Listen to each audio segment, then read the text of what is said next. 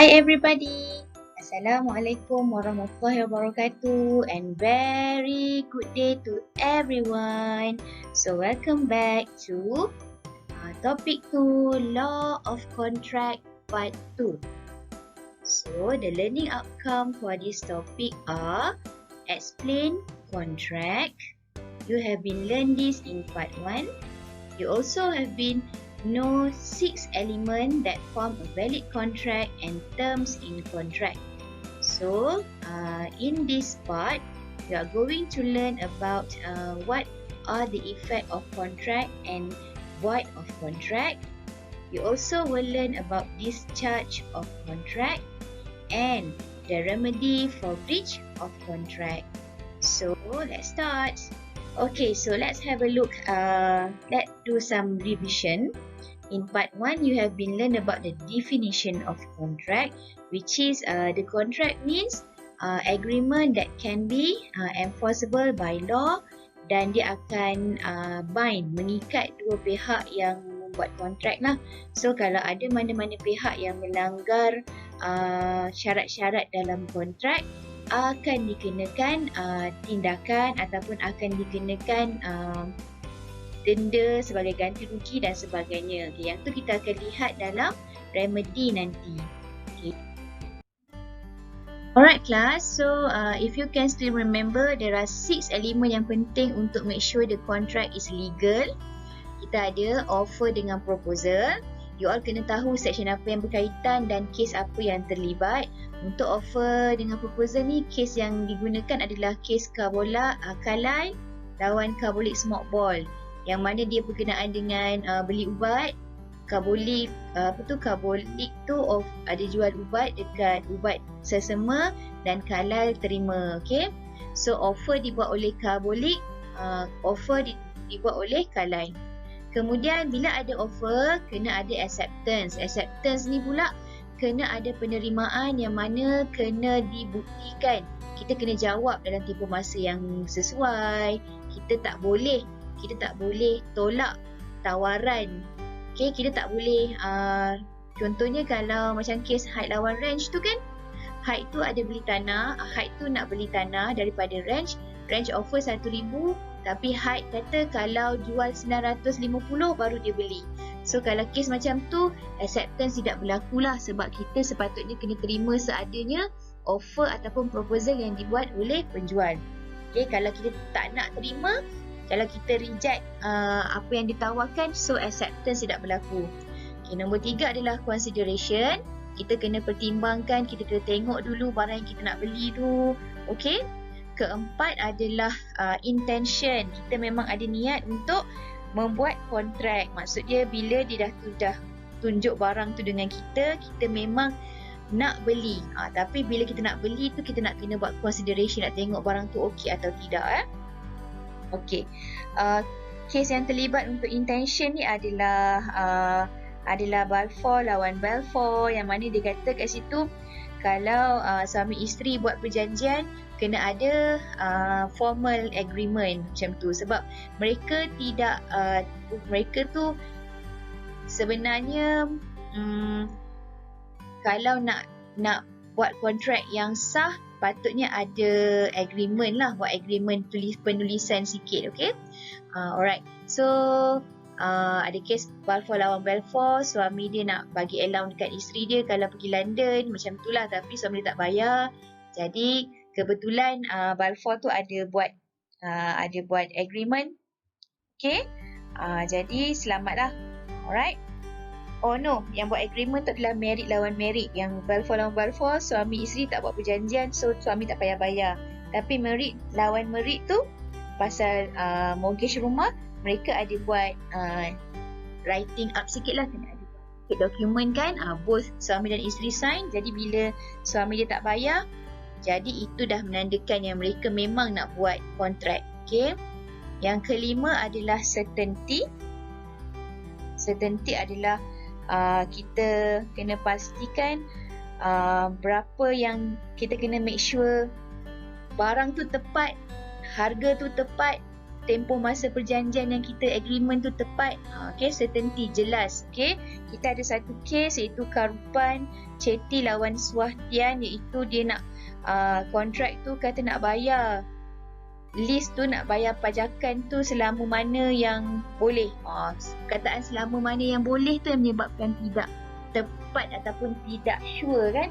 Jadi tak dibenarkan lah dalam kontrak sedemikian. Kena clear, jelas.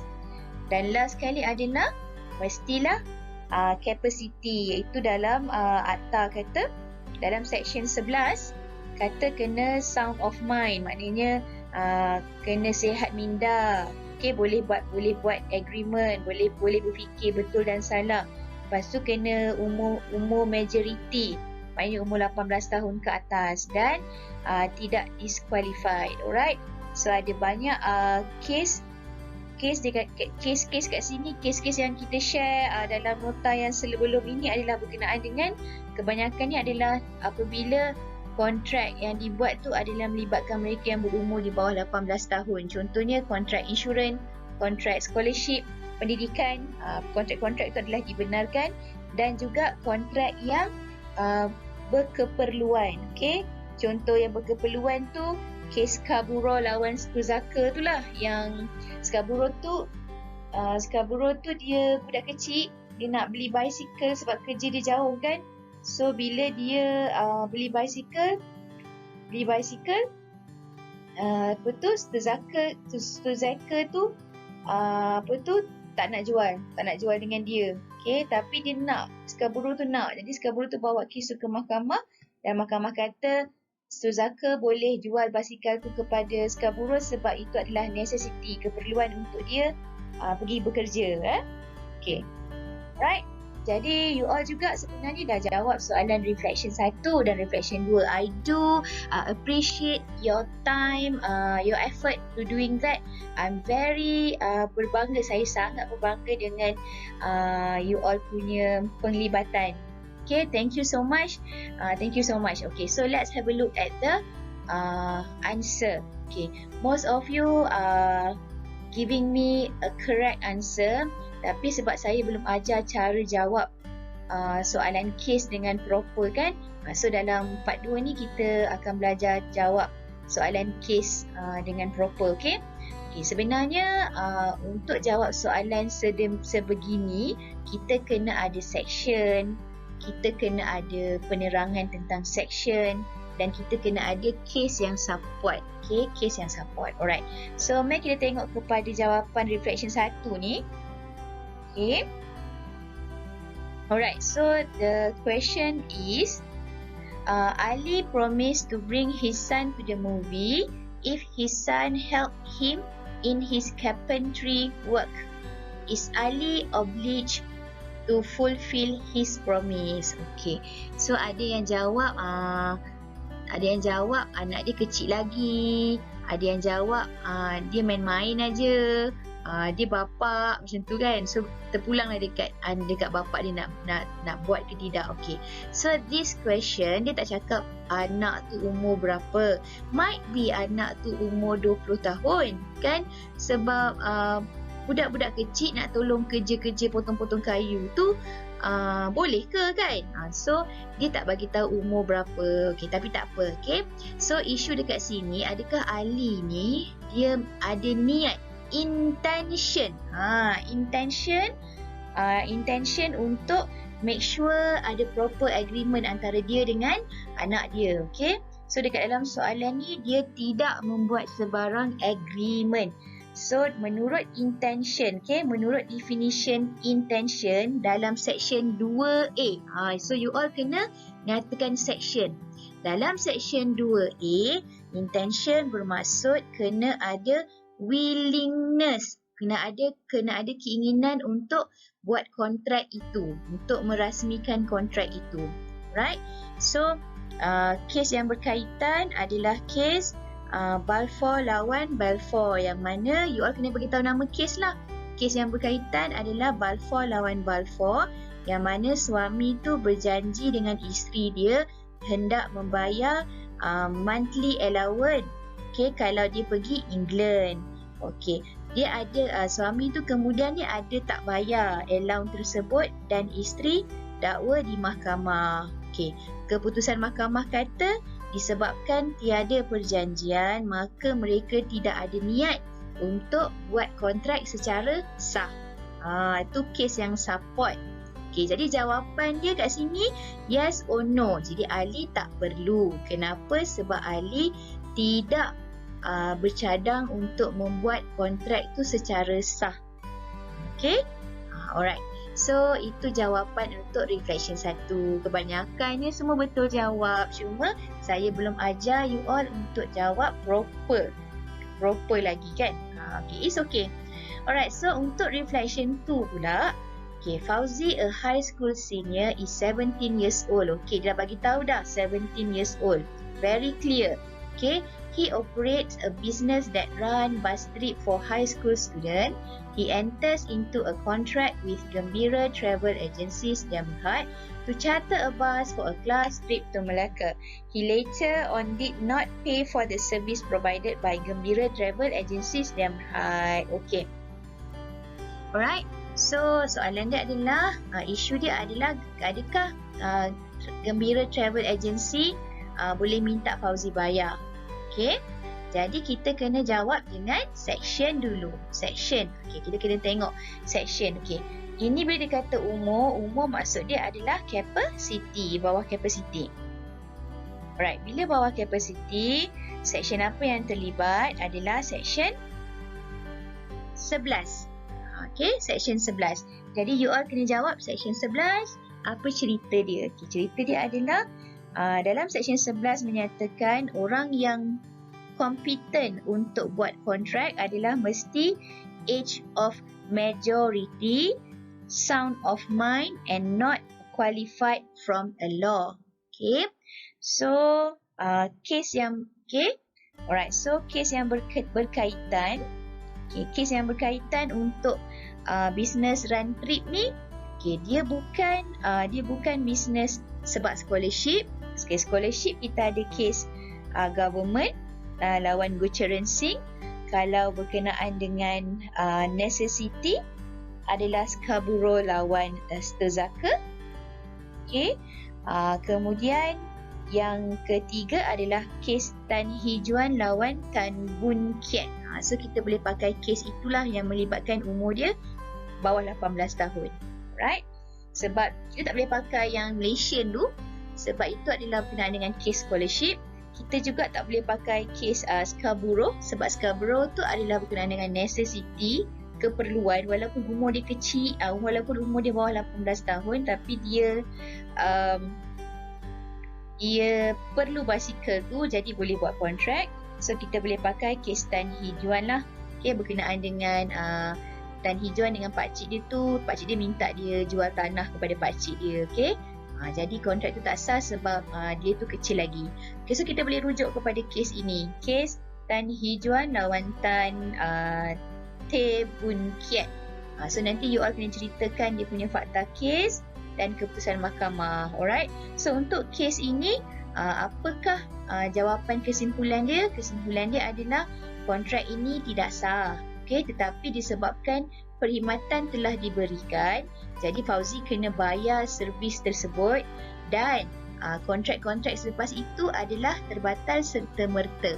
Maknanya kalau Gembira Travel Agency Sdn Bhd ni ada lagi projek dengan Fauzi, so projek itu adalah terbatal. Kontrak yang mereka buat adalah terbatal. Okay? Alright, so that's the answer for reflection 1 dan reflection 2. Okay. So, jom kita start dengan yang baru. Okay. Kita start dengan topik yang baru. Okay. So, ni ada satu situasi. Hi Miss Irene, your custom-made pink car has arrived. You have to pay another 50,000 as promised. Oh, cantik kereta Miss Irene ni, warna pink dia tempah khas warna pink. Miss Irene senyum je, tapi rupanya I am so sorry Mr. Chu. On second thought, I did not want to buy this car. Oh, macam tu pula. Okay, dah siap kereta, suddenly dia tak nak pula kereta tu. So macam ni, pada pendapat you all semua, adakah Mr. Chu ni boleh minta duit tu daripada Miss Irene? Ataupun adakah Miss Irene boleh cancel kontrak tu? What do you think? Boleh ke tak boleh? Okay. So jom kita tengok jawapan dia. Okay, what do you think? Can Irene cancel the contract? Okay, kita tengok jawapan. Under section 10, all agreement are contract if they are made by the free consent of parties. Maksud dia, automatik semua kontrak yang dibuat apabila telah melengkapi proses offer, proses acceptance, okay, proses necessity, proses apa lagi lagi 4, okay, ada 6 kan, consideration 3, yang keempat adalah apa lagi tu korang?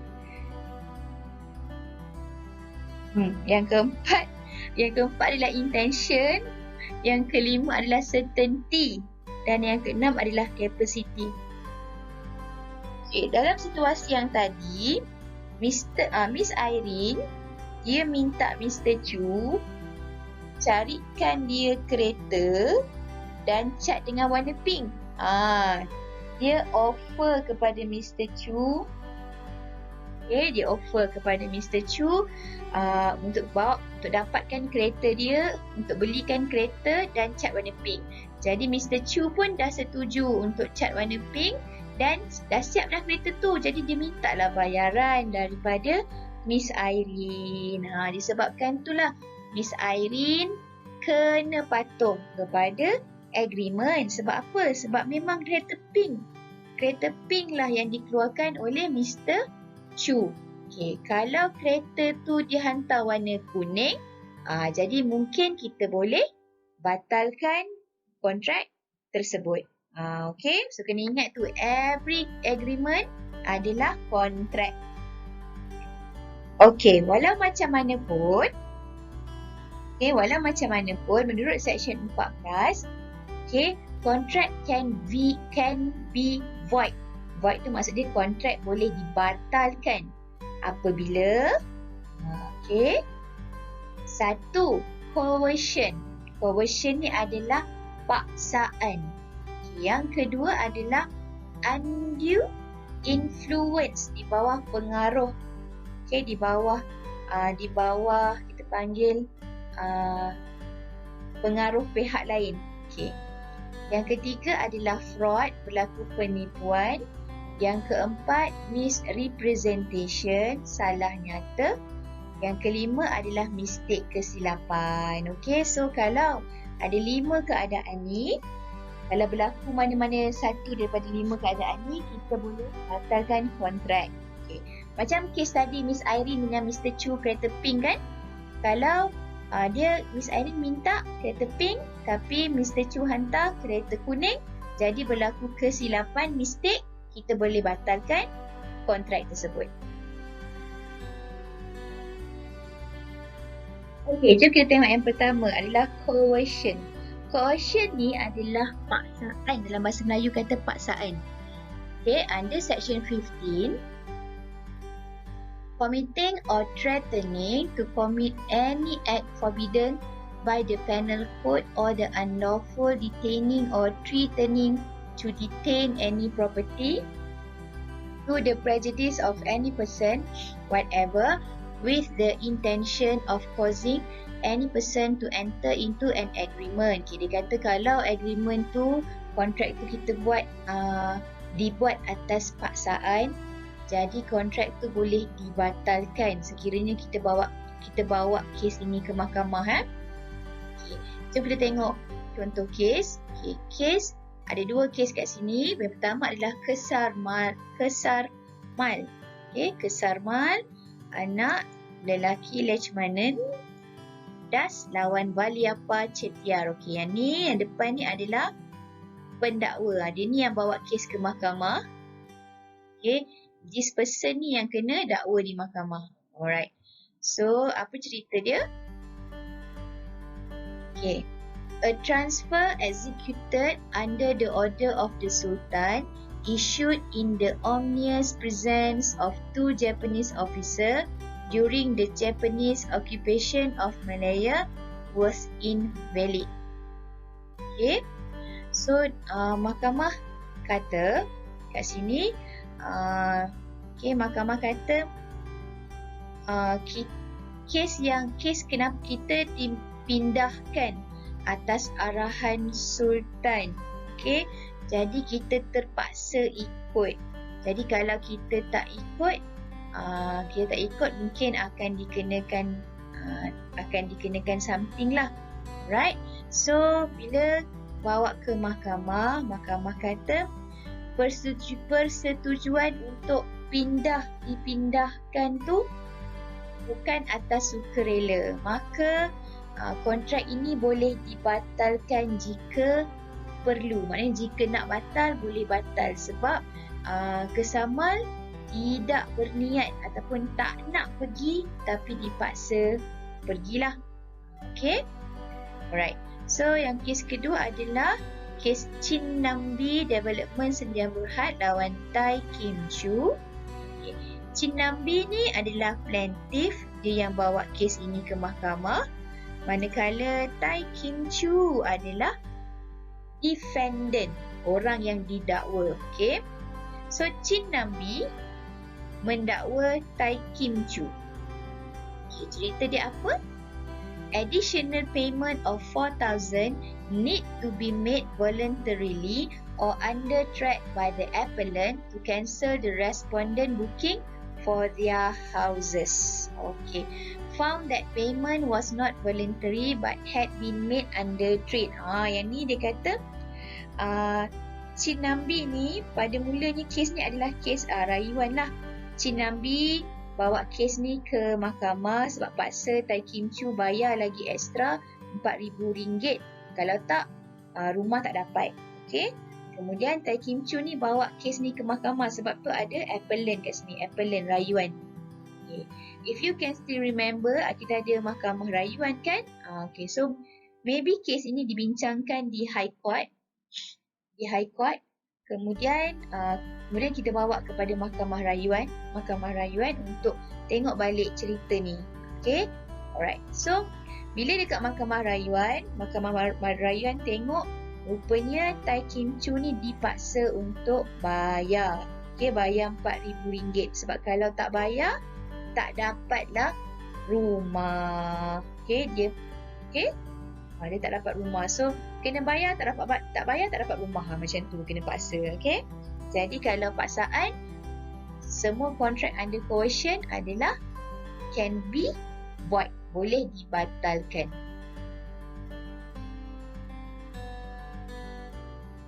Okay, baiklah, kita tengok kepada yang kedua pula. Okay. Undue influence, di bawah pengaruh pihak lain. Okay. Under section 16, tadi section 15 coercion, section 16. Section 16 adalah berkenaan dengan undue influence, pengaruh pihak lain. Okay. Under section 16, dia kata where the relation subsisting between the parties are such that one of the party is in a position to dominate the will of the other and use that position to obtain an unfair advantage over the other. Okay, dia kata apakah yang dikatakan sebagai pengaruh pihak lain ni adalah apabila ada orang lain yang berada di atas kita, okay, yang boleh paksa ataupun yang boleh menyebabkan kita kena ikut tanpa rela lah maknanya. Okay, nak tak nak kita kena ikut juga. Kalau tak ikut, kita hilang something dan sebagainya. Okay, itu adalah maksud undue influence. Okay, jom kita tengok kes yang berkaitan. Okay, ada dua kes juga. Okay, pertama adalah kes Chai Singh lawan Udin bin Abdullah. Okay, so macam saya kata tadi, Cik Sing ni adalah pihak yang bawa ke mahkamah. So this is principal. Meanwhile, Udin bin Abdullah adalah defender. Nah, dia ni yang kena dakwa. Okay. So, Cik Sing, dia bawa kes ni ke mahkamah, mendakwa Budin, seorang uneducated man lah, tidak berpelajaran. Okay, dia bawa kes ni ke mahkamah sebab gagal bayar hutang. Hutang itu, hutang tu nilai faedah, nilai kadar faedah yang dikenakan oleh Cik Sing kepada Budin tu sangat tinggi. 36%. Tinggi kan? 36% ni. Nak bayar hutang 36%. Amboi, tinggi sangat. Okay. Di mana, okay, kalau Budin tak bayar, Budin akan hilang tanah ni. Dia dah bagi tanah tu kepada cagaran lah, kepada Cik Sing. Okay. Budin tak mampu bayar, tapi Budin setuju je. Pada kadar faedah 36%. Jadi bila bawa kes ni ke mahkamah, mahkamah tengok, tingginya charge interest kan, 36%. Sebab tu Budin tak mampu bayar hutang. Okey. Dan disebabkan tanah tu telah diberikan kepada Cik Sing, so Budin terpaksalah teruskan dengan kontrak untuk bayar hutang pada kadar 36%. Okay. Jadi bila pergi mahkamah, mahkamah kata ini nampak macam undue influence. Undue influence sebab Cik Sing dah ada pegang tanah Budin. So nak tak nak Budin terpaksa setujulah 36% tu. So mahkamah kata this contract boleh dibatalkan sebab dia jadi pengaruh tak wajar lah, sebab awak dah pegang tanah orang tu. Jadi orang tu nak tak nak kena setuju je lah dengan apa yang awak dah tetapkan. Macam tu. Okay. So untuk kes 2 pula, Encik Noria lawan Syed Ali bin Omar. Okay. Encik Noria bawa kes ke mahkamah melawan Syed Ali bin Omar. Okay. Encik Noriah ni adalah seorang perempuan Melayu tua yang tak reti membaca, yang tak reti menulis. Jadi dia minta Syed Ali bin Omar ni, dia punya sepupu, dia punya anak saudara, nephew. Okay? Nephew untuk jaga, uruskan semua harta benda dia lah. Maknanya daripada segi pengurusan beli tanah ke, jual tanah ke, pengurusan hutang ke, semua dia minta Syed Ali yang uruskan. Okay? Lepas tu kemudiannya Encik Noriah ni, makcik ni, dia nak bagi hadiah sebab anak saudara dah tolong banyak kan. So Syed Ali nak bagi hadiah. Encik Noriah ni bagi hadiah kepada Syed Ali, Kemudian Syed Ali buat apa? Syed Ali pula dia lantik lawyer, untuk buat agreement pemindahan semua harta Encik Noriah kepada dia. So Encik Noriah pun yang tak reti apa-apa ni, tengok peguam datang, dia pun sign ajalah agreement tu. Sehinggalah dia dapat tahu yang sebenarnya kontrak yang dia tanda tangani tu telah pindahkan semua aset harta-harta tanah-tanah dia kepada anak saudara dia. Sebab tu dia bawa kes ni ke mahkamah. Okay. Jadi agaknya apa mahkamah kata? Mahkamah kata tak bolehlah. Kontrak ini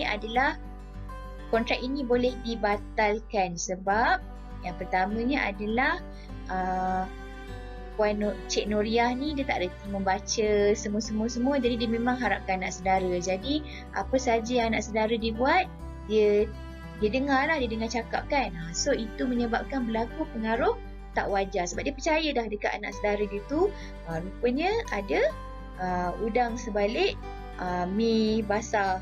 Udang besar, udang 2-3 ekor dekat balik mi basah. So tak boleh.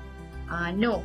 Okay, any contract yang melibatkan pengaruh pihak lain ataupun pengaruh luar jangka ni adalah boleh dibatalkan. Okay, So ada 2 kes Section 16.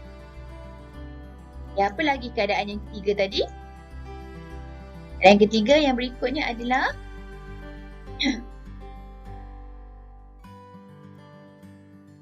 fraud, penipuan.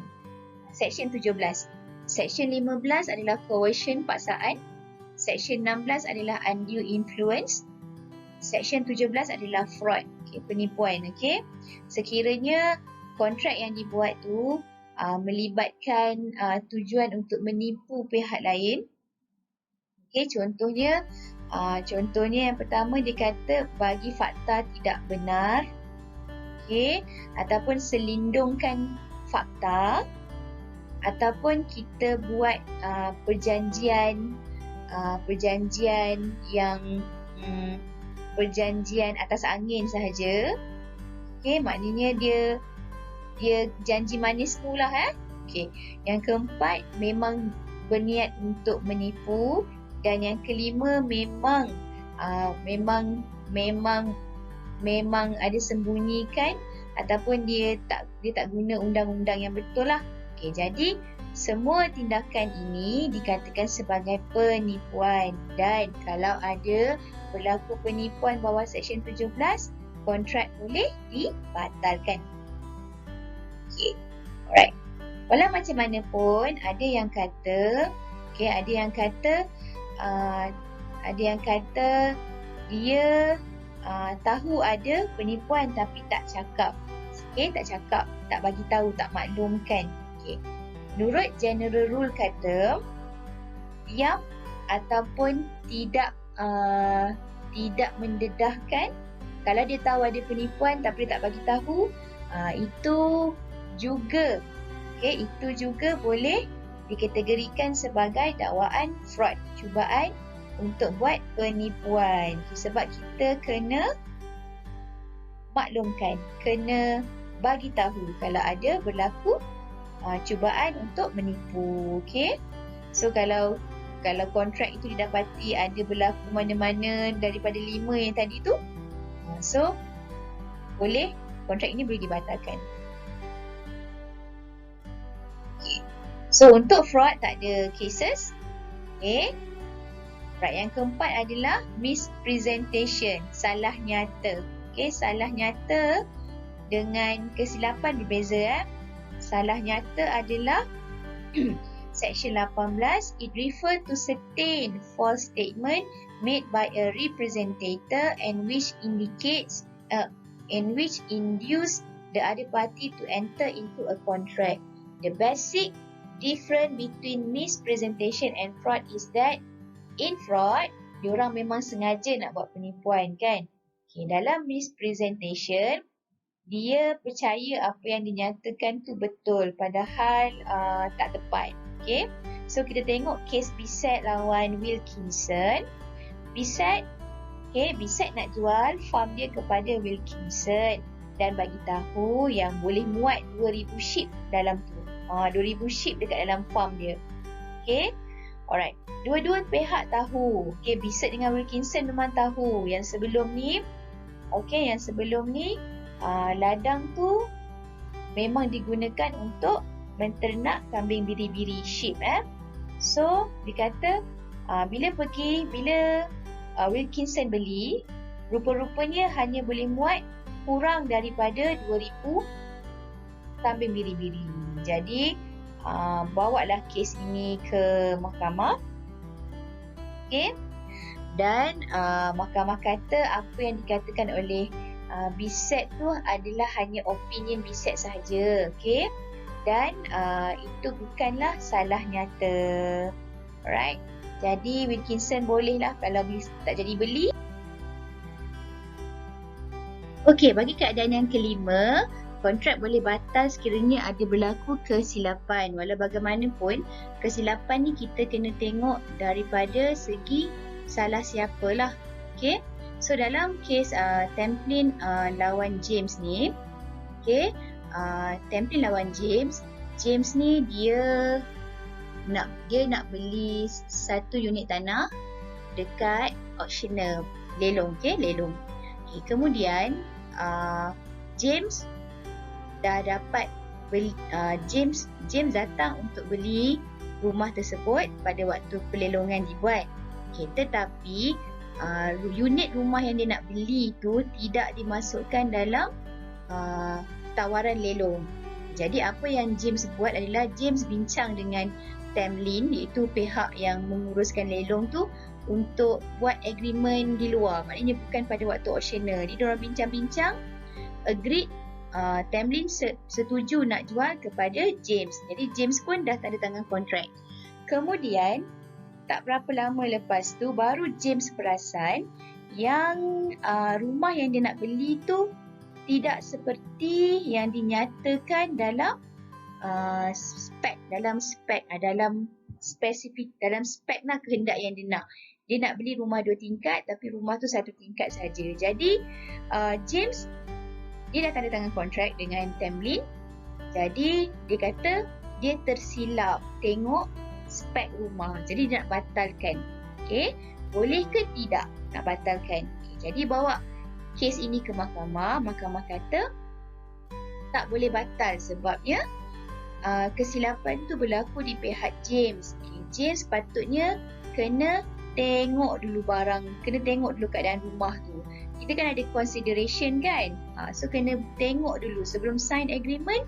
Kena tengok dulu, walaupun Tamlin dia dah nyatakan keadaan rumah tu macam mana dan sebagainya, namun pada pihak yang nak membeli tu kena check. Okay, so mistake pada peringkat ini kontrak tidak boleh batal. Okay, tak boleh batal lah sebab kesilapan tu berlaku di pihak yang membeli tu. Okay, sepatutnya kita kena check dulu barang tu. Okay. Alright, so ada 5 keadaan. Okay, ada 5 kes yang menyebabkan kontrak tu boleh batal, dan ada satu lagi bawah keadaan kelima tadi, mistake, Raffles lawan Winchell House. Okay. Kedua-dua pihak ni agree untuk jual cotton, kapas yang tiba di London guna kapal The Peerless sailing from Bombay. Okay. Tetapi tanpa diorang tahu, okay, ada dua kapal yang bertolak daripada Bombay dengan nama yang sama tapi masa yang berlainan. Okay. Jadi mereka ni, okay, diorang ni dah buat agreement lah dengan pihak sana, okay, dengan pihak daripada Bombay tu, yang mana mereka ingatkan diorang tunggu yang sampai, kapal yang sampai adalah bukan cotton yang mereka nak. Jadi diorang dah tersalah janji dengan pelanggan dan diorang nak batalkan kontrak. Okay, kontrak beli kargo, beli cotton tu lah. Jadi bila pergi mahkamah kata, okay, mahkamah kata boleh dibatalkan sebab yang pertamanya adalah pihak sana tak bagi tahu pun spesifik kapal mana satu, tibanya pada waktu bila dan sebagainya, mereka tak bagi tahu, dan mereka juga dan kedua-dua pihak ni juga tak tahu yang sebenarnya ada 2 kapal nama lain. Okey, 2 kapal nama lain dan bertolak pada masa yang berbeza. Okey, diorang tak tahu, memang tak tahu. Jadi mahkamah kata boleh batal lah, boleh batal. Okey.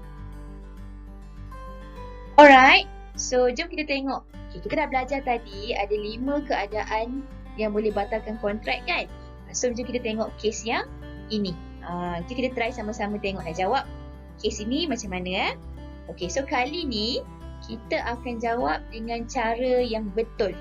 Okay, dengan cara kaedah yang betul untuk jawab soalan final nanti. Okay, macam mana kalau soalan kes macam ni keluar, macam mana cara you all nak jawab. Kita akan jawab dengan kaedah yang betul. Okay, so jom sama-sama kita baca soalan. Amni dah bayar RM3,000 untuk deposit beli rumah. However, the developer has asked for additional payment of RM3,500 because there is another buyer who is willing to pay more for the house. If Amni did not pay for the additional RM3,500, the booking agreement will be discontinued and the deposit will not be returned.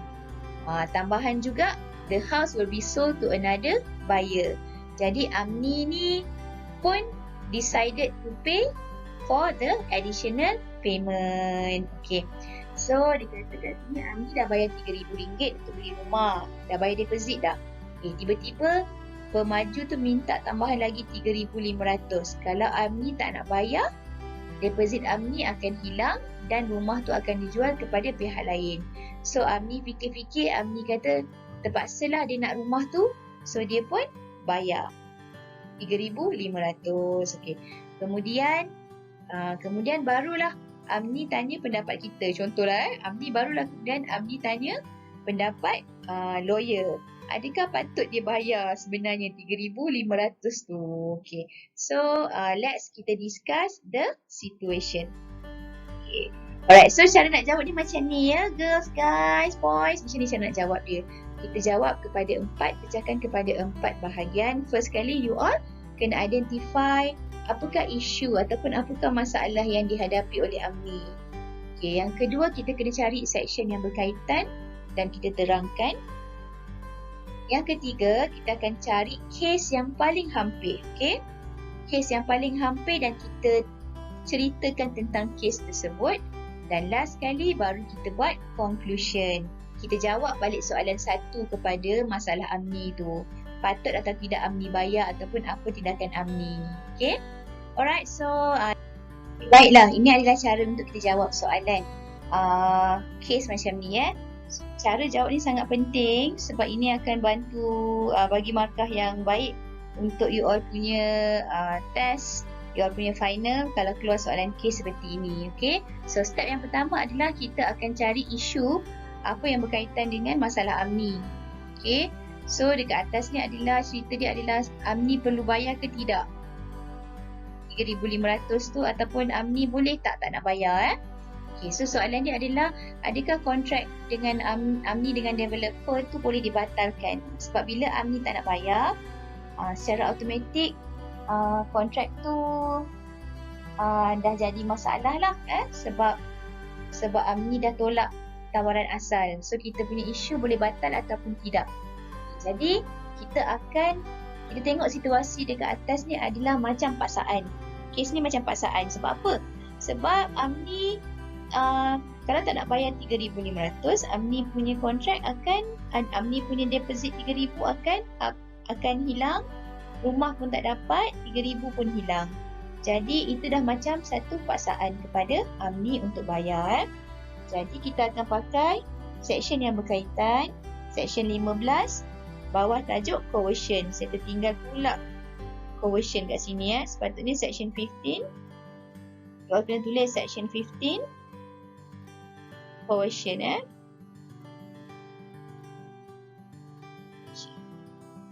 paksaan. Okay, coercion.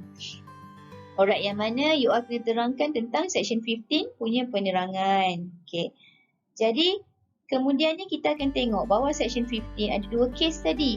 Kes mana yang hampir-hampir dengan kes Amni? Okay, kes Chin Nambi. Okay.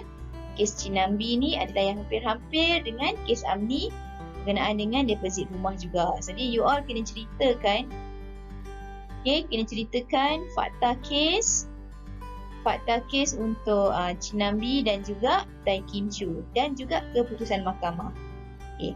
Dan last sekali kita kena bagi jawapan kepada masalah Amni ni. Boleh batal ke tidak? Okay, menurut section 15 dan juga kes Chin Nambi, kontrak dia dengan developer boleh dibatalkan sebab ada unsur paksaan. Jadi bila kontrak boleh batal, automatik macam tak ada apa-apa kes, tak pernah ada buat apa-apa perjanjian lah. So semua duit kena dipulangkan semula kepada Amni. Jadi Amni bolehlah carilah rumah yang lain pula sebab developer dah paksa dia macam tu. So dia boleh batalkan kes ini, dia boleh batalkan kontrak tu dan dia boleh cari rumah yang lain lah. Baik. Right, itu adalah cerita tentang kontrak boleh batal. Yang ni pula, macam mana kita nak lepaskan diri pula. Okay, nak lepaskan diri kalau ada masalah dengan kontrak. Nak lepaskan diri kalau ada masalah dengan kontrak. Okay, so apakah maksud discharge ni? Dia kata discharge of a contract occur when the main obligation of a contract end. Okay, yang pertama adalah bila dah selesai. Okay, kita lepas tanggungjawab daripada kontrak yang pertama bila dah selesai kontrak tu. Atau yang kedua, kalau tak selesai, kalau tak selesai pun kita boleh minta dilepaskan. Dilepaskan umpama macam tak perlu laksana lah, tak perlu kontrak tu tak perlu diteruskan. Perjanjian tak perlu diteruskan. Okay. Jadi ada beberapa keadaan yang membolehkan discharge berlaku. Okay. Yang pertama adalah performance, prestasi. Yang kedua adalah melalui perjanjian. Yang ketiga adalah kekecewaan, frustration. Yang keempat adalah perlanggaran kontrak. Okay. Jom kita tengok yang pertama. Contract can be discharged. Yang pertama adalah daripada segi performance. Okay, performance ni dikata menurut section 38(1), kata parties to a contract must either perform or offer to perform their respective promise unless such performance has been dispensed with by any law. Performance may be from third party and not necessarily from the promiser. Okay, once kita buat agreement, secara automatik kita kena laksanakan agreement tu. Kita kena laksanakan janji kita seperti mana dalam kontrak tersebut. Okay, kita tengok contoh kes Bolton lawan Mahadeva. Okay, the plaintiff, plumber tu lah, Bolton tu, dia ditugaskan, okay, dia diamanahkan untuk pasang central heating dalam rumah Mahadeva. Okay, dia dah bersetuju, mereka berdua dah bersetuju dah. Harga servis Bolton adalah RM560. Okay, tetapi lepas Bolton pasang, okay, rumah tu terlalu sejuk. Okay, rumah tu terlalu sejuk. Jadi Mahadeva ni dia ada buat sedikit, dia usiklah sikit dalam central heating tu. Dan sudahnya dapat tahu dan sudahnya rosak. Okay, central heating tu rosak. Jadi Mahadeva minta Bolton betulkan. Okay, minta Bolton betulkan sebab dah rosak tu kan. Minta betulkan. Tapi okay, minta betulkan tapi Bolton tak nak. Okay, Bolton tak nak betulkan lah. Okay, Mahadeva pula kata kalau dia tak nak betulkan, tak nak bayar RM560 upah yang asal. Jadi Bolton pun bawa kes ni ke mahkamah. Mahkamah kata Bolton telah melaksanakan tanggungjawab dia, iaitu memasang central heating. Okay, kalau ada rosak, Bolton charge lagi RM174. Okay, patutnya Mahadeva bayarlah sebab yang pertama, performance telah dibuat. Dia dah buat, dah pasang, dah elok semua-semua. Tapi rumah tu terlalu sejuk, jadi Mahadeva ada usik sikit something, jadi rosak. Bila rosak, Bolton kata dia dah buat, dah check semua. Jadi dia minta lah bayaran RM560 tu terlebih dahulu. Tapi Mahadeva tak nak. Dan Bolton pun bawa lah kes ni ke mahkamah. Bila pergi mahkamah, mahkamah kata Mahadeva kena bayar RM560 sebab Bolton dah laksanakan tugas dia. Okey, dan untuk pembetulan untuk repair yang rosak tu bukan di bawah tanggungjawab Bolton lagi lah, melainkan kita buat tambahan pembayaran. Okey, so yang pertama mesti tugas telah selesai. Okey, baru kontrak tu lengkap. Okey. Alright, so seterusnya kita pergi kepada yang kedua, iaitu agreement, perjanjian. Okay, kontrak boleh lengkap. Kontrak lengkap maknanya selesailah perjanjian antara awak dan saya bila agreement dipenuhi. Okay, bila kita punya perjanjian telah dipenuhi. Right? So the parties themselves can agree to end the contract ataupun buat perjanjian baru ataupun kita ubah perjanjian. Okay, tengok kepada apakah cerita dalam perjanjian tersebut. Okay. So yang pertama, kalau ada berlaku apa-apa problem dalam kontrak asal, mereka boleh setuju untuk buat novation. Okay. They can agree to do the novation, which is diorang boleh gantikan dengan new contract. Okay. Ataupun they can do alteration, ubah sikit. Ubahlah bahagian mana yang tak kena, yang tak sesuai, mereka boleh ubah. Okay. Ataupun yang ketiga, mereka boleh buat selesaikan lebih awal dengan pembayaran. Pembayaran mengikut perjanjian persetujuan masing-masing lah. Okay, yang pertama kita bayar jumlah lagi kecil daripada jumlah kurang sedikit lah daripada apa yang dijanjikan dalam perjanjian. Okay? Dan mesti diterima. Step yang pertama mesti diterima. Yang kedua pula, kita bayar kepada pihak lain. Pihak ketiga tolong bayarkan bagi pihak kita dan dipersetujui oleh pihak yang rugi tu. Ni. Yang ketiga pula, kita setuju nak bayar tapi tak tahu jumlah berapa kan. Berapa kerugian tak tahu berapa. Tapi kedua-dua pihak kena setuju dengan jumlah tersebut. Okay, jadi keadaan yang pertama, kita teruskan kontrak tapi kita buat new kontrak. Yang kedua adalah kita ubah sikit kontrak tu, janji selesai. Yang ketiga, kita tak teruskan projek tu. Okay? Tapi kita ada buat bayaran ganti rugi lah ataupun bayaran perkhidmatan. Okay. So, ada satu kes Kerpasing lawan. Okay. So, kes Kerpasing lawan Bariam Singh. Okay. Bariam Singh. Cerita dia adalah Bariam Singh ni dia ada hutang dengan Kerpasing. Jumlah hutang dia adalah RM8,869.94. Okay. Dalam situasi ni, Bariam Singh nak selesaikanlah bayaran hutang tu, nak selesaikan kontrak dengan Kerpasing daripada segi hutang tu. Jadi dia minta anak dia bayar. Okay, anak dia adalah pihak ketiga. Tadi kita ada tengok kan, situasi sebelum ni, perjanjian boleh dibayar dengan satu jumlah, sama ada kita bayar sendiri ataupun pihak lain bayarkan ataupun ikut jumlah yang tertentu. Okey. Dalam kes ni, Bariam Singh anak dia dah bayar. Anak dia nak bayar RM4,000 kepada Kerpasing. Kurang sikit daripada jumlah RM8,000 tu.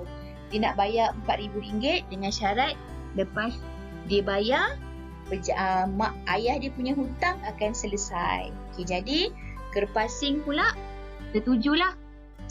Jadinya Kerpasing bawa cek tu tunaikan dekat bank. Okay. Tapi lepas tu Kerpasing pergi mahkamah. Dia dakwa Bariam Singh tak bayar lagi RM4,869.94. Baki RM4,000 tu lagi.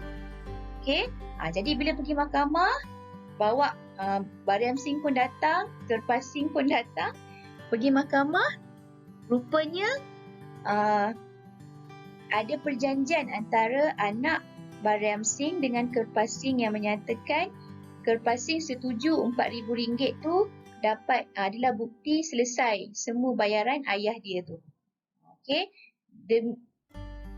Kemudian mahkamah kata, mahkamah tengok cek pun dah ditunaikan oleh Kerpasing. Makanya dah wujud perjanjian yang barulah. Maknanya bila je Kerpasing tunaikan cek tu, automatik dia dah setuju dah dengan syarat RM4,000 tu dapat selesaikan hutang Bariam Singh.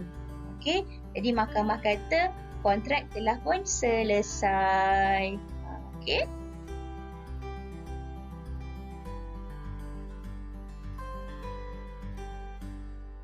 Okay, situasi yang ketiga adalah frustration.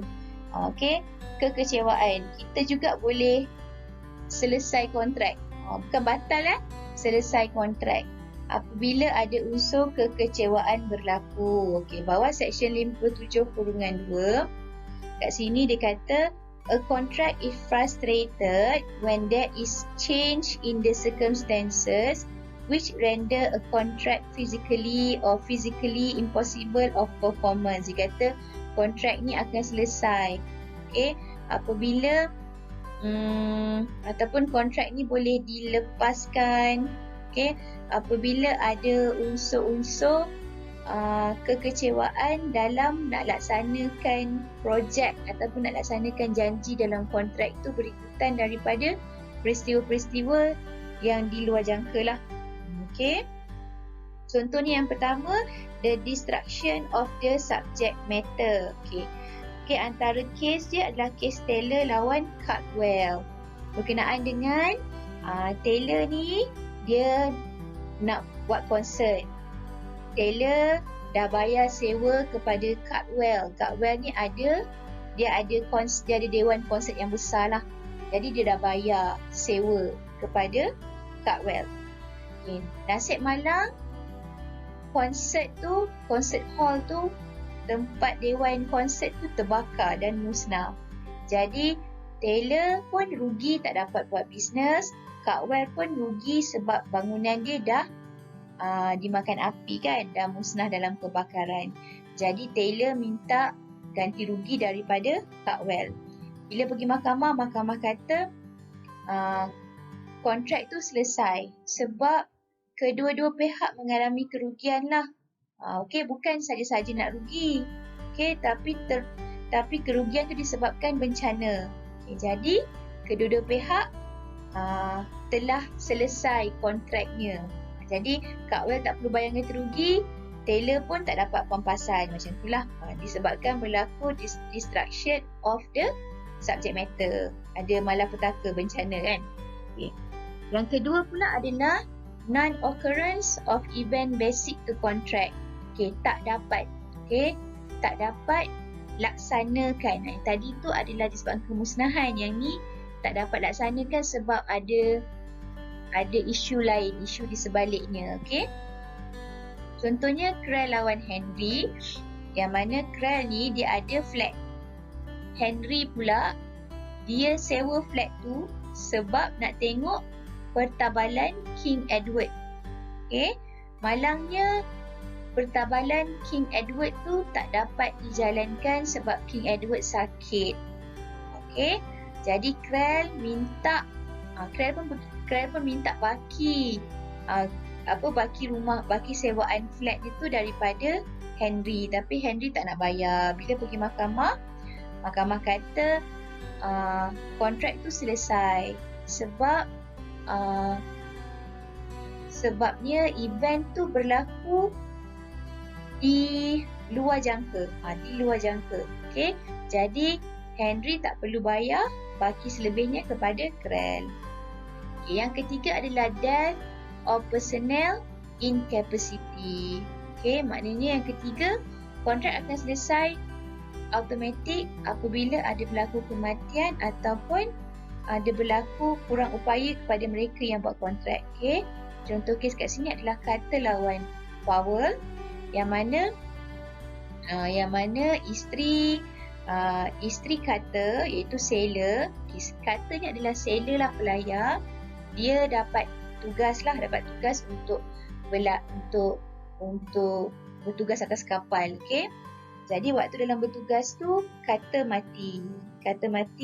Jadi isteri Carter ni minta pampasan minta baki gaji sailor Carter daripada Powell. Tapi Powell tak nak bayar lah sebab Carter tu meninggal atas kapal waktu dalam bertugas. Jadi bila pergi mahkamah kata gaji semasa Carter hidup telah dibayar. So waktu tempoh selepas Carter mati, maknanya kontrak tu tak payah bayar lah, automatik terbatal ataupun automatik selesai sebab Carter dah tak bertugas sebab meninggal lah, macam tu. So tak perlu bayar baki seterusnya kepada isteri kata.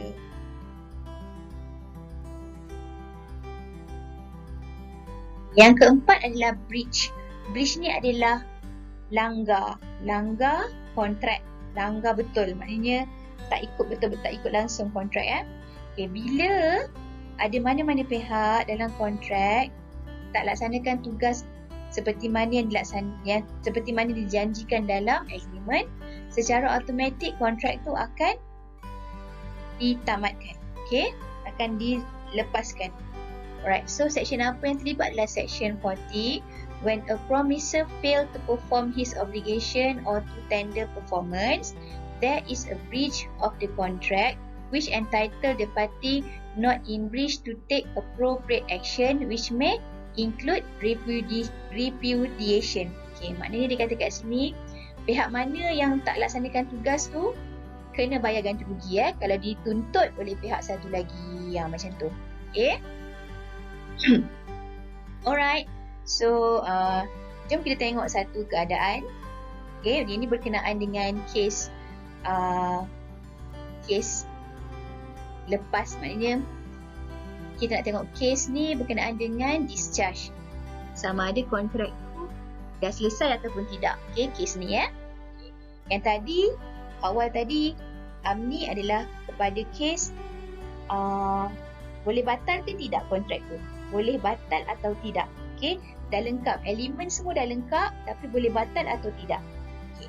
Yang ini pula, kes ini pula kita nak tengok kepada sama ada kontrak tu selesai ke belum, selesai atau belum. Okay, so let's have a look at the question. Bud is a lorry driver for Ben Logistics Services.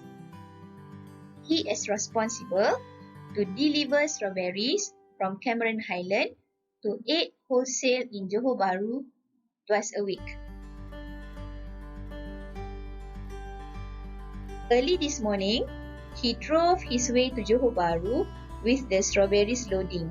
On his way at Simpang Pulai, he met an accident and he is badly injured while the strawberry were destroyed. Van Logistics Service plan to pay 50% as the compensation to add wholesales and they agree. So soalan dia adalah, does add wholesale can sue Ben Logistics for the losses of not receiving the strawberry after receive the compensation. Okay, so kalau you all perasan, okay, daripada depan tadi, okay, slide yang depan tadi kita ada cerita tentang selesai kontrak. Okay, selesai kontrak. Yang pertama adalah performance, mesti kerja telah selesai. Dalam kes BAT ni, kerja tak selesai lagi. Okay, jadi bila kerja tak selesai, kontrak tak boleh ditamatkan. So bukan nombor satu. Yang keadaan yang kedua adalah agreement. Kerja boleh selesai dengan syarat agreement dipatuhi. Okay, dalam agreement tadi ada 3 cara. Yang pertama, kita boleh buat agreement baru. Okay, dalam cerita BAT ni, mereka tak buat agreement baru. Tak ada kan? Kata buat agreement baru. Yang kedua, dia boleh ubah agreement. Pun tak ada cerita juga. Yang keadaan yang ketiga, kita boleh bayar something. Kita boleh bayar sejumlah duit untuk kita selesaikan agreement penghantaran barangan ni. Okay, so ada kena mengena sebab at wholesale setuju nak terima 50% bayaran daripada Van Logistics sebagai ganti rugi dalam agreement.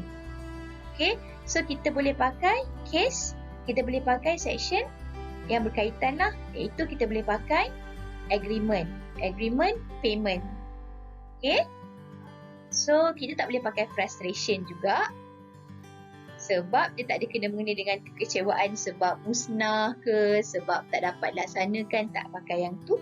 Kita juga tak pakai breach of contract sebab bukan Van Logistics tak nak buat, accident berlaku. Okay, so macam nak jawab, macam biasa, you have to identify these 4 things.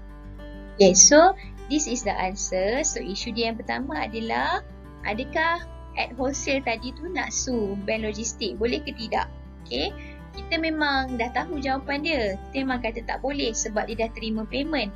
But we have to answer properly. Kita kena jawab dengan fakta kes, dengan section, dengan conclusion. Kita kena jawab begini ya. You all tak boleh assume sahaja ataupun terus jawab boleh, tak boleh. Tak boleh. It's not the correct way to answer this type of question. So you have to put out the issue. Okay, the issue. You have to answer the section. You have to put up supporting cases, and you have to put conclusion untuk jawab soalan yang ini. Okay? Alright, so dalam section pula, dalam section tadi, kita tak ada section untuk discharge of contract by agreement. Tak ada dinyatakan. So, what you should do is, you all cerita tentang penerangan kepada contract by agreement. Okay? Yang ni secara sama. Kena ada fakta kes, Kepal Singh lawan Bariam Singh. Kena ada fakta kes. Kena ada keputusan mahkamah. Dan baru buat conclusion. Okay. Alright, so ni adalah soalan yang you all kena jawab dalam flip grid. Reflection 3. Okay. So, kaedah yang sama juga. You all kena rakam jawapan. This time around, ada 5 minutes are given to you to answer the question. Kindly tulis dulu kat kertas issue, section, penerangan section, kemudian kes yang berkaitan, fakta kes, keputusan mahkamah, dan last sekali yang keempat adalah keputusan. Okay. You may answer it in bahasa Melayu. Okay, tak ada masalah. Nak answer in English, are welcome. Okay, so you are going to answer this in flip grid ya. Okay, this is apa yang patut you all jawab lah. Okay, so kita dah nak habis dah. Kita ada lagi satu subtopik iaitu remedy for breach of contract. Okay, so tadi kita dah tengok yang ni remedy for breach of contract ni adalah cerita untuk kes-kes yang tak dapat laksanakan kontrak dengan lengkap. Okay, sama ada kontrak tu boleh batal ataupun kontrak tu dilepaskan. Okay, dilepaskan. So, apakah maksud remedy for breach of contract? It happen where? Okay, ni dekat sini dia punya penerangan dia. Apakah maksud breach of contract? It happen where one of the parties to a contract may break the contract by refusing to perform his promise. Okay, ni tengok gambar kat atas ni pun nampak ni ada orang di tengah koyakkan kontrak ni kan. Okay, so bila ada pihak yang tak dapat laksanakan tugas dia, tak dapat laksanakan janji dia, ataupun dia janji A tapi dia buat B, so ada problem dengan kontrak, dengan apa yang kita dah setuju nak buat.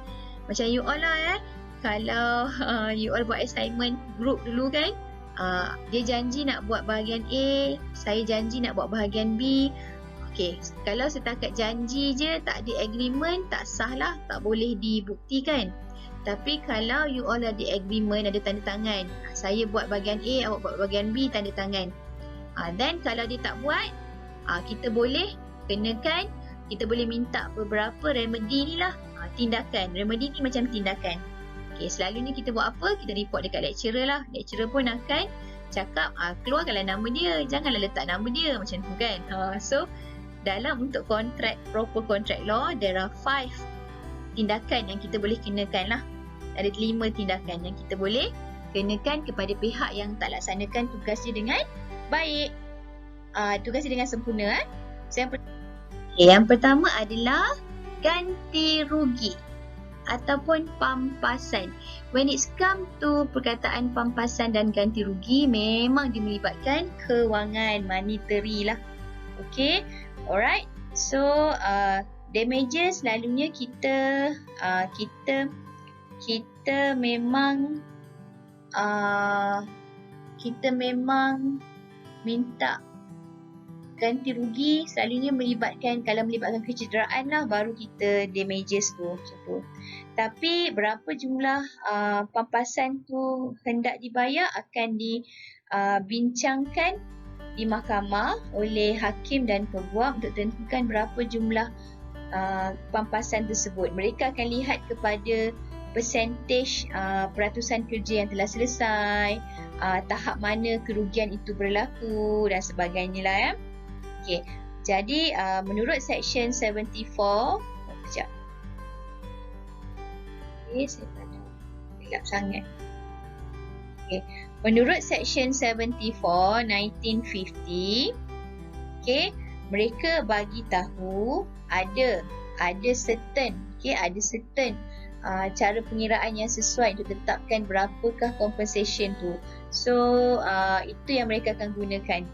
Okey, mereka akan gunakan sebagai tindakan kepada mereka yang tidak mematuhi perjanjian dalam kontrak. Okay, itu kaedah yang pertama, kita boleh tuntut ganti rugi. Yang kedua, kita boleh buat specific performance. Specific performance maksud dia, kita boleh paksa that person yang tak laksanakan tugas tu buat juga kerja dia. Contoh tadi macam kawan-kawan you all tadi kan, you all janji awak nak buat bahagian awak buat bahagian A, saya buat bahagian B. Okey, tapi bila bahagian saya dah siap, bahagian awak tak siap, kita boleh bawa agreement tu, jumpa lecturer lah, pada jawab pun lecturer kan, sebab you all dah setuju, dah tanda tangan dokumen tu. So boleh bawa tunjuk dengan lecturer boleh arahkan supaya laksanakan juga, kawan tu kena buat juga bahagian A seperti mana yang telah dipersetujui dalam perjanjian. That's why kontrak tu penting, sebab kita akan guna untuk paksa that person selesaikan. Okay, selalunya benda-benda specific performance ni tidak melibatkan kewangan, tetapi kita perlukan kepakaran dia, kemahiran dia untuk siapkan kerja lah. Okay, itu keadaan yang kedua, maknanya tindakan yang kedua. Kalau tak nak minta ganti rugi, kita boleh paksa dia selesaikan kerja dia. Okay, keadaan yang ketiga adalah injunction. Injunction ni adalah kita halang dia. Okay, kita halang dia supaya dia tidak langgar. Tak langgar. Okay, tak langgar kontrak. Okay, kalau dia langgar, baru kita minta ganti rugi. Okay, macam tu An injunction is a discretionary court order restraining a party from breaking their contract or from committing a wrongful act and will not be awarded damages or an adequate remedy. Okay, macam tu. Kita halang dia daripada tak laksanakan tugas tu lah. Tapi kebanyakan injunction order, kalau you all selalu dengar, kita ada dengar injunction ni adalah larangan untuk bertemu. Okay, kita halang dia daripada bertemu kita 5 meter ke 10 meter ke macam tu. Mungkin sebab ada masalah, dia selalu stalker ke, artis selalulah ni minta injunction ni.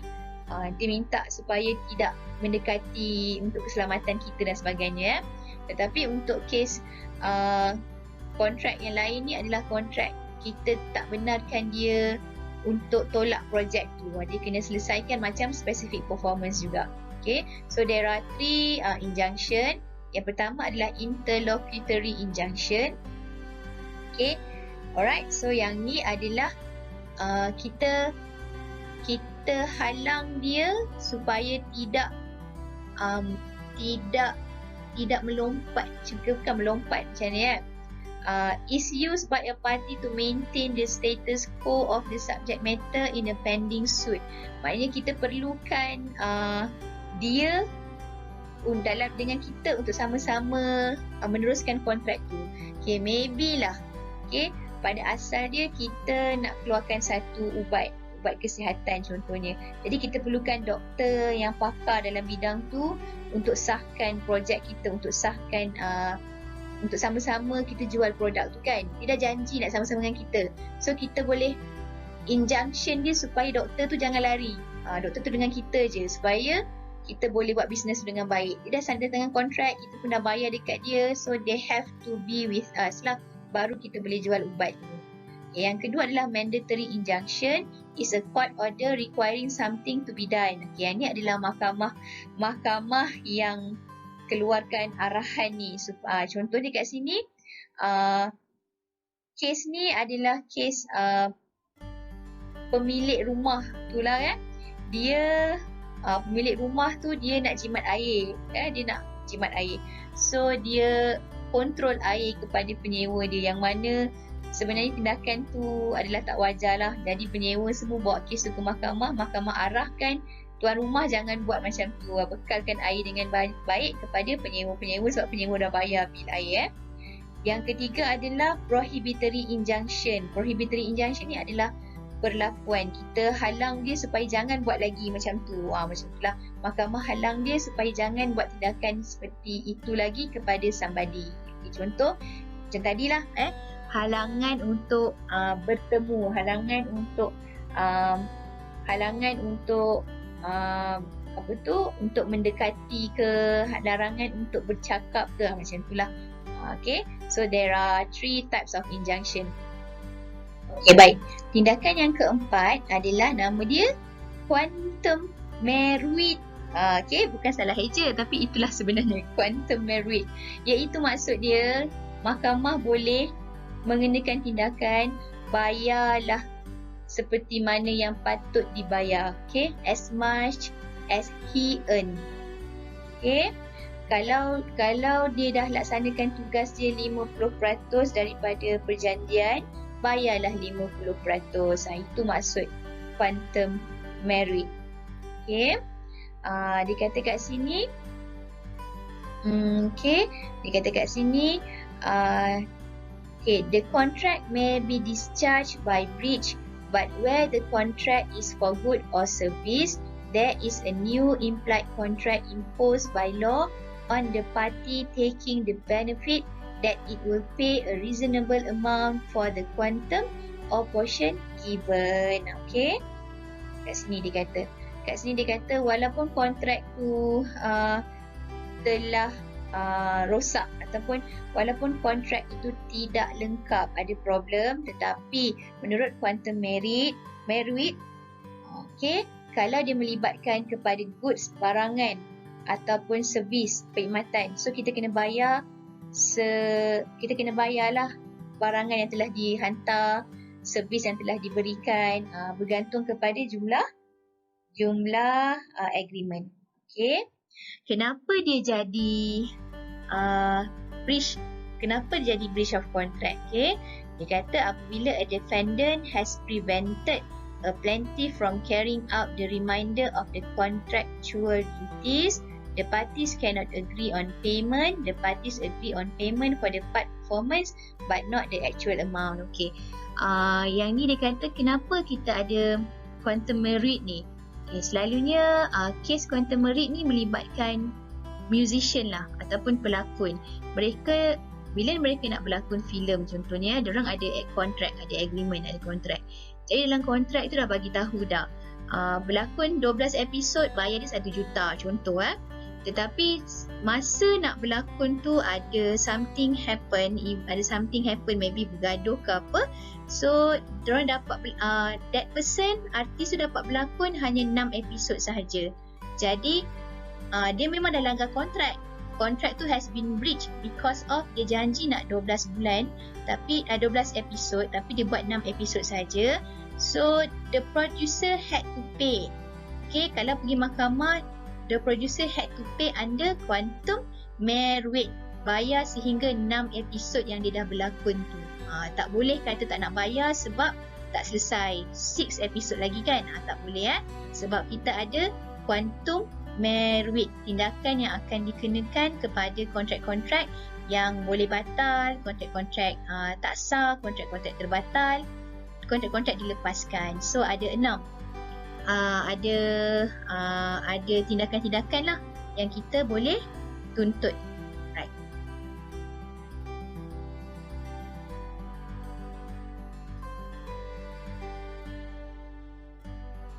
Okay. Yang terakhir, tindakan yang terakhir adalah yang nombor 5, iaitu Anton Pillar Order. Yang ni dia taklah berkaitan dengan kontrak sangat, tetapi ini adalah salah satu tindakan yang boleh mahkamah kenakan kepada individu sekiranya kita perlukan maklumat yang lebih daripada dia. Kita boleh masuk rumah dia, boleh paksa masuk kawasan dia, syarikat dia untuk dapatkan maklumat supaya kerja kita dapat diselesaikan dengan lengkap lah. Okay. Dia, kata lain dia adalah search order. Search order kita masuk kawasan orang yang kita nak, orang yang tak nak laksanakan kerja tu, kita masuk lah. Okay, contoh kes ni berlaku sebab ada satu peristiwa, Anton Pillar ni berlaku satu peristiwa yang mana dia melibatkan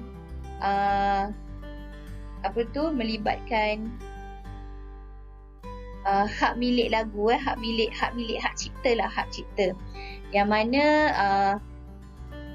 CD, muzik, semua filem tu ada disimpan di satu tempat, satu lokasi. Jadi semua barangan tu adalah sebenarnya hak milik orang lain.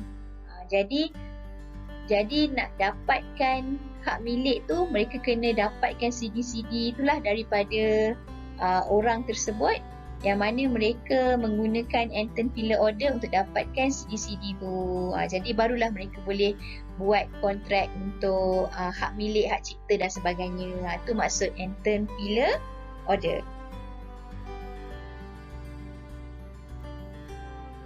Yeay! So you all dah selesai untuk theoretical part bawah law of contract. Ini kita dah tengok tentang 6 perkara yang akan menyebabkan kontrak boleh dibatalkan. Yang pertama, kalau ada paksaan. Dalam pembangunan kontrak tu ada paksaan. Kemudian yang kedua ada pengaruh luar jangka ataupun pengaruh pihak lain. Yang ketiga adalah fraud, penipuan. Yang keempat adalah misrepresentation, kita salah nyata. Dan yang kelima adalah mistake, kesilapan. Okay. Kemudian you all juga dah belajar tentang apakah perkara yang boleh menyebabkan kita lepas bebas daripada kontrak. Yang pertama adalah apabila kita telah selesaikan tanggungjawab kita, telah melaksanakan apa yang dinyatakan dalam kontrak. Yang kedua adalah kita berdasarkan kepada agreement.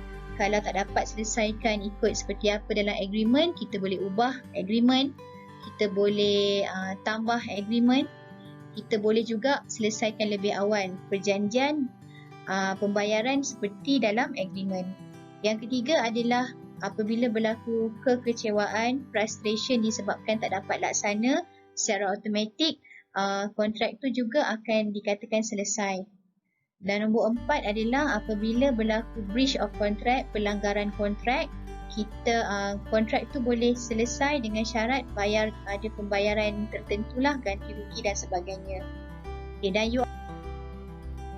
you all juga dah belajar kalau berlaku breach of contract tadi, yang nombor 4 tadi sebelum ni, kalau berlaku breach of contract, apakah yang tindakan yang boleh dilakukan, okay, kepada mereka yang melanggar kontrak. So ada 5 perkara kat sini. Yang pertama adalah kita boleh minta ganti rugi ataupun pampasan. Yang kedua, kita boleh paksa dia selesaikan kerja dia, specific performance. Dia dah langgar tadi, dia tak nak buat kontrak tu, tapi bila kita pergi mahkamah, kita boleh minta specific performance. Mungkin disebabkan dia punya kemahiran tu yang menyebabkan dia mesti selesaikan kerja dia. Yang ketiga adalah quantum merit. Yang ketiga, quantum merit ni maksudnya kita bayar seperti mana yang telah dijanjikan sehingga ke tahap kerja yang dia selesai itulah. Kalau dia baru selesai 60%, bayar 60%. Itu maksud quantum merit. Yang keempat adalah injunction. Injunction adalah larangan yang dikeluarkan oleh mahkamah untuk orang tersebut tak nak selesaikan kerja dia. Macam tu. Okay, kita boleh buat injunction. Yang kelima adalah Anton Pillar Order, yang mana kita boleh masuk dalam premis pihak-pihak tertentu untuk kita dapatkan maklumat supaya kerja kita kontrak dapat diselesaikan. Okay. Baiklah. So kita dah selesai. Alhamdulillah, tahniah kepada semua.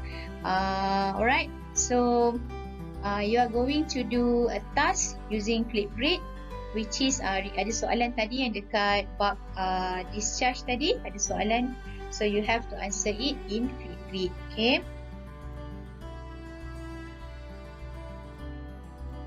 Alright, so that's all.